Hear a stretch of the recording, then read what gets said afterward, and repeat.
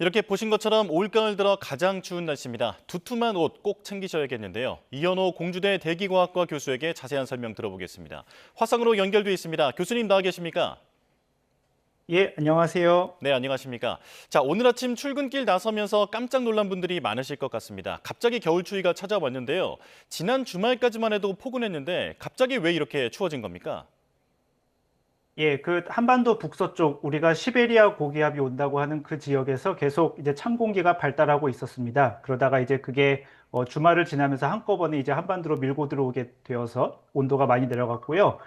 지난 토요일 밤에 아마 서쪽 지역을 중심으로 해서 한 1, 20분 정도 비가 온 곳이 있었는데 그게 바로 이제 한반도 지역을 덮고 있던 공기가 물러가고 찬 공기가 내려온 그 일종의 신호가 되었습니다. 예.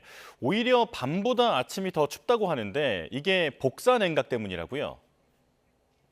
예, 그렇습니다. 복사냉각이라는 거는 이제 지구를 포함한 모든 물체가 온도를 갖고 있기만 하면 열 에너지를 방출하면서 온도가 점점 내려가는 그런 현상을 우리가 복사냉각이라고 합니다. 예. 그러니까 지구의 입장에서 보자면 태양에서 들어오는 에너지가 지구가 방출한 에너지보다 적은 시간까지는 계속 온도가 내려갈 수 있게 되는데요. 그래서 음, 밤중이 아니라 아침에 해가 뜬 직후까지 보통 그때가 최저 기온이 나타나는 일반적인 시간이 되겠습니다. 특히 예. 오늘처럼 이렇게 한파가 몰아닥치는 시간대는 좀 이렇게 보온 역할을 하는 구름이나 수증기도 적어서 온도가 더 잘 내려가기 좋은 조건이 형성됩니다. 음, 밤사이 북쪽에서 찬 공기가 유입됐다고 하던데 아직 가을인데 북극 한파가 벌써 시작된 겁니까?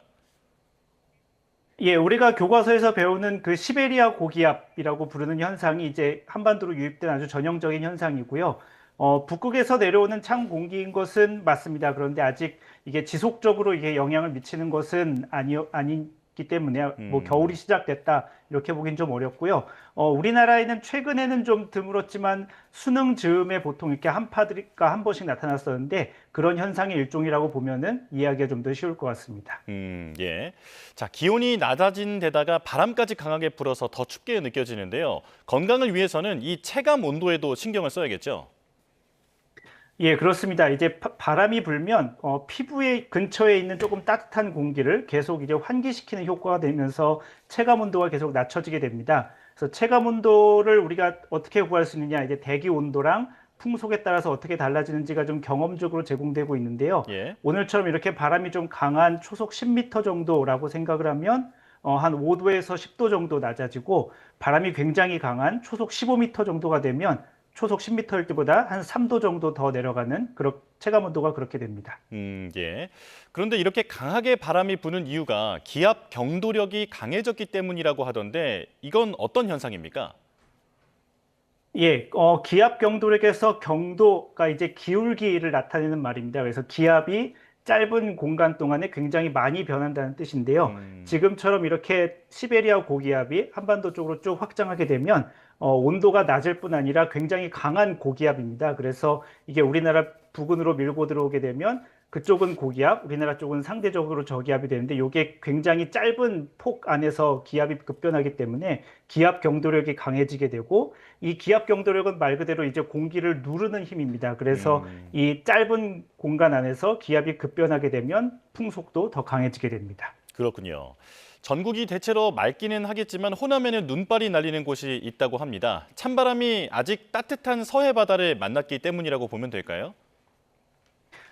예, 바다가 따뜻하다라고 표현하면 이 방송을 들으시는 많은 분이 좀 의아해하실 수 있을 텐데요. 온도는 좀 상대적으로 생각하는 게 좋습니다. 지금 음, 그러니까 바다보다 훨씬 더 찬 공기가 이제 바다 위를 지나게 되면 바다 위에서 막대한 열 에너지와 그리고 습기가 대기 중으로 공급되게 되고 이게 이제 이로 인해서 구름이 형성됩니다. 예. 이 구름이 이제 계속 진행하면서 서해안에 부딪히면 이제 눈을 내리곤 합니다.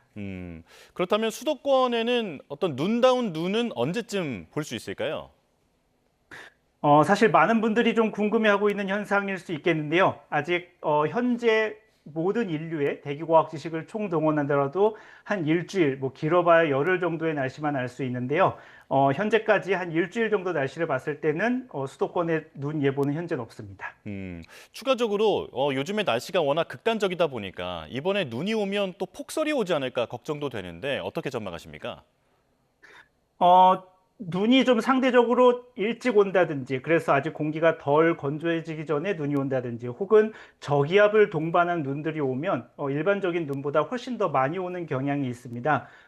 아직까지 아까 말씀드린 것처럼 실제로 우리나라에 그런 눈이 언제 올지, 어떻게 올지는 아직 알 수는 없겠으나, 최근 들어서 그런 눈들이 좀 오고 있는 경향들이 있어서 대비는 할 필요가 있겠습니다. 네. 자, 반면 동해안 지역은 건조주의보가 확대 중입니다. 영동 지역이 특히 건조한 이유는 뭘까요? 예, 지금처럼 이제 한반도에 찬 공기가 불게 되면 그 공기는 대체로 이제 북서쪽에서 불어오게 되는데 서쪽에서 이제 바람이 강하게 불어서 태백산맥을 넘어가면 이게 따뜻해지고 건조해지는 이른바 팬 현상이 일어납니다. 반대로 동쪽에서 바람이 불면 영동 지방은 습하고 한반도 나머지 지역은 고온 건조해지는 성질이 있어서 우리나라는 항상 그렇게 태백산맥을 중심으로 동쪽과 서쪽의 날씨가 좀 대비되는 그런 특징이 나타나는 것이 일반적입니다.